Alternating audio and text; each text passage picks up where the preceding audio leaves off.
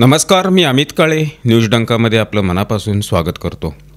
मित्रांनो, जेव्हा केरळचं नाव घेतलं जातं तेव्हा बहुतेकांच्या मनात लगेच शिक्षण आणि आरोग्याचं आदर्श चित्र उभं राहतं. पण प्रत्यक्षात हे सुंदर राज्य ड्रग्सच्या गंभीर संकटाचा सामना करत आहे.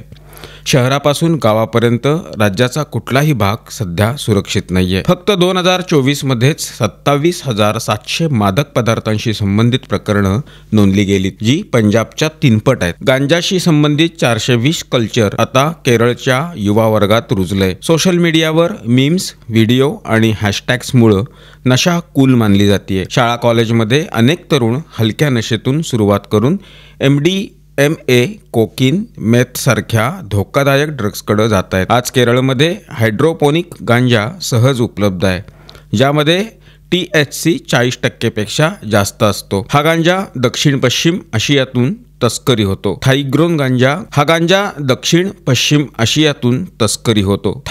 गांजा हा खूप ताकदवान असून 1 किलोचा बाजारभाव साधारण 1 कोटी रुपयापर्यंत सध्या आहे. केरळचा 590 किलोमीटर लांबीचा समुद्र किनारा बंगळुरू आणि चेन्नई सारख्या हब्सची जवळीक तस्करीसाठी खुला मार्ग तयार करत आहे. तसंच इंटरनेट, डार्क वेब आणि क्रिप्टो पेमेंटमुळं तस्करी अधिक गुप्त आणि व्यापक झाली आहे. Gangster culture, social media, glamorous जीवनशैली आणि पालकांच्या गैरहजेरीमुळं युवा ड्रग्सकडे वळत आहेत. बेरोजगारी आणि प्रवास जीवनही सध्या या संकटामध्ये भर टाकत आहेत. उत्तर प्रदेशमधील मुझफ्फरनगर येथील रहिवासी कुर्बान उर्फ अल्तमस या व्यक्तीनं सौदी अरेबियामध्ये असताना उत्तर प्रदेशचे मुख्यमंत्री योगी आदित्यनाथ यांचा फोटो एडिट करून सोशल मीडियावर व्हायरल केलेला होता.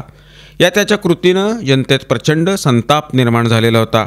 भारतात परतल्यावर पोलिसांनी कुर्बानला अटकसुद्धा केली आहे. सोशल मीडियावर व्हायरल झालेल्या या असभ्य फोटोविरुद्ध हिंदू संघटनांनी 28 सप्टेंबर रोजी पोलीस ठाण्यात तक्रार नोंदवली. पोलिसांनी या तक्रारीनुसार गुन्हासुद्धा दाखल केलेला आहे. पोलीस तपासात समोर आलं की कुर्बान सौदी अरेबियामध्ये नोकरी करतो आणि तिथंच त्यानं छेडछाड केली. 12 ऑक्टोबर 2025 रोजी आपल्या गावात परतल्यावर पोलिसांनी त्याला ताब्यात घेत तुरुंगात त्याची रवानगी केली. ही घटना सोशल मीडियाच्या जबाबदारीची जाणीव करून देते. इंटरनेटवर कुठलाही फोटो किंवा माहिती पोस्ट करण्यापूर्वी त्याचे कायदेशीर आणि सामाजिक परिणाम विचारात घेणे हे आवश्यक आहे. सोशल मीडियावर चुकीच्या माहितीची, फेक फोटोची किंवा अपमानजनक कंटेंटची पसरवणूक गंभीर गुन्ह्यात मोडू शकते. विशेष तज्ज्ञांच्या मते अशा घटनांमुळं डिजिटल साक्षरता आणि सोशल मीडियावर जबाबदारीचं महत्त्व अधोरेखित होते. लोकांनी कोणतीही माहिती शेअर करण्यापूर्वी तिची सत्यता आणि नैतिकता तपासणं आवश्यक आहे. कुर्बान प्रकरणानं स्पष्ट केलं की सोशल मीडियाचा गैरवापर गंभीर कायदेशीर परिणाम निर्माण करू शकतो. तरुण पिढीला डिजिटल माध्यमांचा योग्य वापर करण्याची शिकवण देणं आणि त्यांना जबाबदारीची जाणीव करून देणं आजच्या काळात अत्यंत आवश्यक आहे. पोलीस कारवाईसह शैक्षणिक आणि सामाजिक उपायही यामध्ये महत्त्वाचे आहेत. मित्रांनो, सुप्रीम कोर्टानं सोमवारी काँग्रेस नेते आणि लोकसभेतील विरोधी पक्षनेते राहुल गांधी यांच्या मतचोरीच्या आरोपांची चौकशी करण्यासाठी विशेष चौकशी पथक म्हणजेच SIT स्थापन करण्याची मागणी करणारी याचिका फेटाळून लावली आहे. ही याचिका अधिवक्ता रोहित पांडे यांनी दाखल केलेली होती. त्यांनी 2024च्या लोकसभा निवडणुकीत बंगळुरू सेंट्रल मतदारसंघातील मतदार यादीत कथित फेरफाराचे आरोप तपासण्याची मागणी केलेली होती. विशेषतः बंगळुरू सेंट्रलमधील महादेवपूर विधानसभा मतदारसंघातील काही गडबड झाल्याचा दावा यामध्ये करण्यात आलेला होता. मात्र नंतर निवडणूक आयोगानं सर्व दावे फेटाळून लावले होते. जस्टिस सूर्यकांत आणि जस्टिस जॉयमाला बागीची यांच्या 2 सदस्यीय पॅनलनं याचिकेवर सुनावणी नाकारली आणि याचिकाकर्त्याला निवडणूक आयोगाकडे जाण्याचा सल्ला दिला. कोर्टानं म्हणलं, अशा प्रकरणांमध्ये चौकशीचा अधिकार फक्त निवडणूक आयोगाकडे आहे. याचिकाकर्ता आपली तक्रार तिथं नोंदवू शकतो. कोर्टानं हेही स्पष्ट केलं की निवडणूक प्रक्रियेशी किंवा निकालाशी संबंधित प्रकरणामध्ये न्यायपालिकेचा थेट हस्तक्षेप शक्य नाही. याचिकाकर्ता रोहित पांडे यांनी याचिकेमध्ये राहुल गांधी यांची 7 ऑगस्ट 2024 रोजी झालेली पत्रकार परिषद उद्धृत केलेली होती, ज्यात राहुल गांधींनी बंगळुरू सेंट्रलमधील मतदार यादीत फेरफार झाल्याचे आरोप केलेले होते. पांडे यांनी दावा केला की त्यांनी स्वतंत्रपणे या आरोपांची पुष्टी केली आणि प्रथमदर्शनी पुरावे मिळाले जे दाखवतात की हे आरोप वैध मतांवर परिणाम करण्याच्या कटाचा भाग आहेत.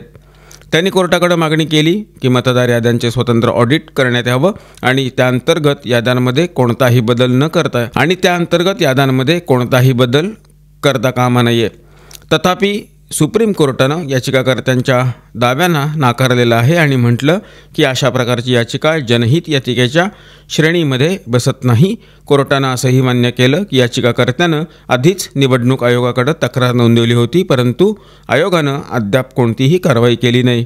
तरीही कोर्टानं आयोगाला कोणतीही निश्चित वेळ मर्यादा ठरवण्याचे निर्देश देण्यास नकार दिलेला आहे। पाकिस्तानच्या लाहोर आणि मुरिदके इथं मोठी खळबळ उडाली आहे। पाकिस्तानी पंजाब पोलिसांनी लाहोर आणि मुरिदके इथे तहरीक ए लैबिक पाकिस्तान म्हणजेच TLPच्या निदर्शनावर गोळीबार केलाय।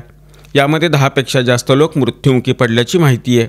या हिंसेत 50 पेक्षा जास्त पाकिस्तानी पोलीस जखमी झालेले आहेत। TLPनं दावा केला की रेंजर्स बख्तरबंद वाहनामधून 70 पेक्षा जास्त लोकांना चिरडलं गेलं। यात अनेक जखमी झालेले आहेत। TLPचे प्रमुख साद हुसेन रिझवी यांच्या नेतृत्वाखाली लाहोरकडून पुढे जात असलेल्या इस्लामी समूहाच्या मोर्चाला रोखण्यासाठी सुरक्षा दलांनी लाठीचार्ज केला आणि डोळ्यांवर जळजळ करणारी वायू तिथं सोडली। असंही सांगितलं जातं की पाकिस्तानी रेंजर्सनं TLP कार्यकर्त्यांसोबत शाब्दिक आणि शारीरिक तंटा केला। प्रदर्शनकारांनी अर्धसैनिक दलावर अत्याधुनिक हत्यारांचा वापर केल्याचा आरोप केलाय। TLP फलिस्तानच्या समर्थनार्थ आणि शहबाज सरकार आणि इस्रायलच्या विरोधात आंदोलन करत आहे।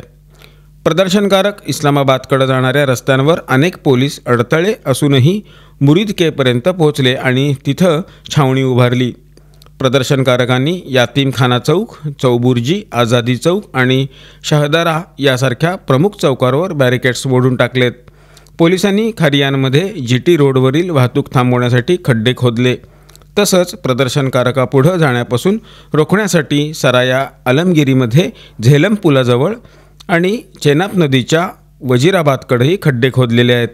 TLPनं पंजाबच्या मरियम नवाज सरकारवर प्रदर्शनकारांवर अत्याचार केल्याचा आरोप केला। तहरीक ए लबैक पाकिस्ताननं शुक्रवारी 10 ऑक्टोबर रोजी विरोधी मोर्चा काढलेला होता आणि त्यानंतर हे आंदोलन हळूहळू उद्रेकासारखं झालं। मित्रांनो, या व्हिडिओच्या माध्यमातून मांडण्यात आलेले विषय आपल्याला कसे वाटले, याबद्दलची आपली मतं काय आहेत, आपल्या प्रतिक्रिया काय आहेत, कमेंट बॉक्समध्ये नोंदवून जरूर कळवा। व्हिडिओ आवडला असल्यास तो लाईक करा, जास्तीत जास्त लोकांच्यापर्यंत शेअर करा आणि आमचं चॅनल आठवणीने सबस्क्राईब करायला विसरू नका।